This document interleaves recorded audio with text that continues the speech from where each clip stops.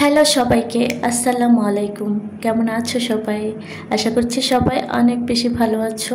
তোমাদের সকলের দোয়ায় আলহামদুলিল্লাহ অনেক ভালো আছি। তো আজকে অনেক দিন পরে বাইরে বের হয়েছি। ইদানিং না ফুচকা খাওয়ার জন্য কেমন জানি মনটা আনচান করতেছিল। যদিও আমি ফুচকা তেমন একটা লাইক করি না, কিন্তু মাঝে মধ্যে না আমার ফুচকার ক্রেভিং হয়। তো আজকে ফাইনালি ফুচকা খেতে চলে আসলাম।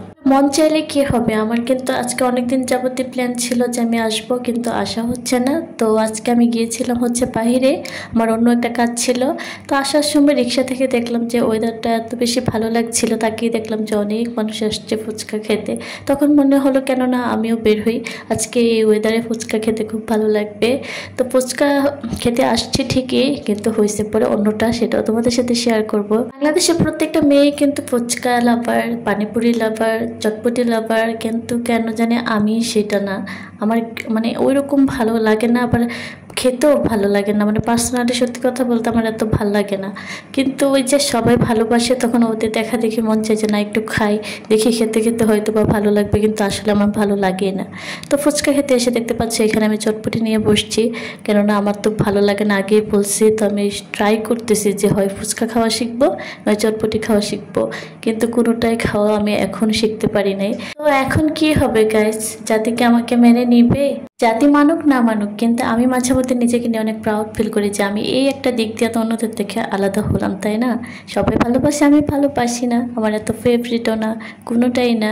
তবে অন্যদের খাওয়া দেখলে এই জিনিসটা আমার খুব ভালো লাগে, অন্যরা এত মজা করে খায়। আমার এক ফ্রেন্ড ছিল, সে তো এত পছন্দ করে এগুলা, মানে বসার মধ্যে সে অনেকগুলো প্লেট খেতে পারবে।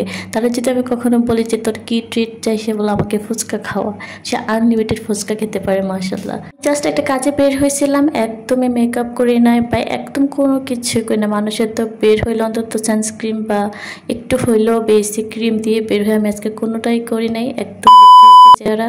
তারপর আমি বের হয়েছি। তো আর বাসায় গিয়ে লেট করার টাইম ছিল না, জাস্ট বাসায় গেছি, ব্যাগটা রাখছি, দেন আবার পার্কে চলে আসছি ফুচকা খাওয়ার জন্য। তো অলরেডি কিন্তু সন্ধ্যা হয়ে গিয়েছে, সন্ধ্যাটাও দেখতে খুব ভালো লাগছিল। তো আমি একটা ফেভারিট আমার আইসক্রিম নিয়ে নিয়েছি। তো এখানে এসে দেখি যে একটা ওই যে পহেলা বৈশাখে মেলা হয়েছিল, তো মেলার এই নাগরদোলাটা এখনো আছে। এটারে মেবি নাগরদোলা বলে না, এটারে যেন কি একটা বলে, ভুলে গেছি। যাক, সমস্যা নাই, তোমরা দেখে অবশ্যই চিনে নিও। তো যাই হোক, আজকে মোটামুটি ভালোই একটা বিকেল কাটিয়েছি। বিকেলটা খুবই সুন্দর ছিল, অনেক আরাম একটা ওয়েদার ছিল। কিছুদিন যাবতীয় এত বেশি সাজতে মন চাচ্ছে সুন্দর একটা শাড়ি পরে, একদম ম্যাচিং অর্নামেন্টস পরে একদম সুন্দর করে ছবি টবি তুলি, কিন্তু সেটারও সময় হয়ে উঠছে না। আমার এত সময় কোথায় যায় আমি সেটাও বুঝি না। বাসায় কিন্তু সারাদিন আমি শুয়ে বসেই থাকি, তারপরেও কেন জানি সময় বের করতে পারি না। মানুষ সময় পায় না ব্যস্ততার জন্য, আর আমার সময় হয় না অলসতার জন্য। তো আমার এই সমস্যা থেকে আমি কিভাবে ফ্রিডম হইতে পারি, আমার প্লিজ অবশ্যই তোমরা একটু আইডিয়া দিও, বুদ্ধি দিও, যেন আমি এই অলসতা কাটাইতে পারি। আজকে আমার ভাগিনাকে নিয়ে আসছিলাম, সে তো এখানে এসে খুবই খুশি, যদিও বাইরের কিচ্ছু খায় না মাশাআল্লাহ। সবাই অনেক ভালো থেকো, সুস্থ থেকো, আল্লাহ।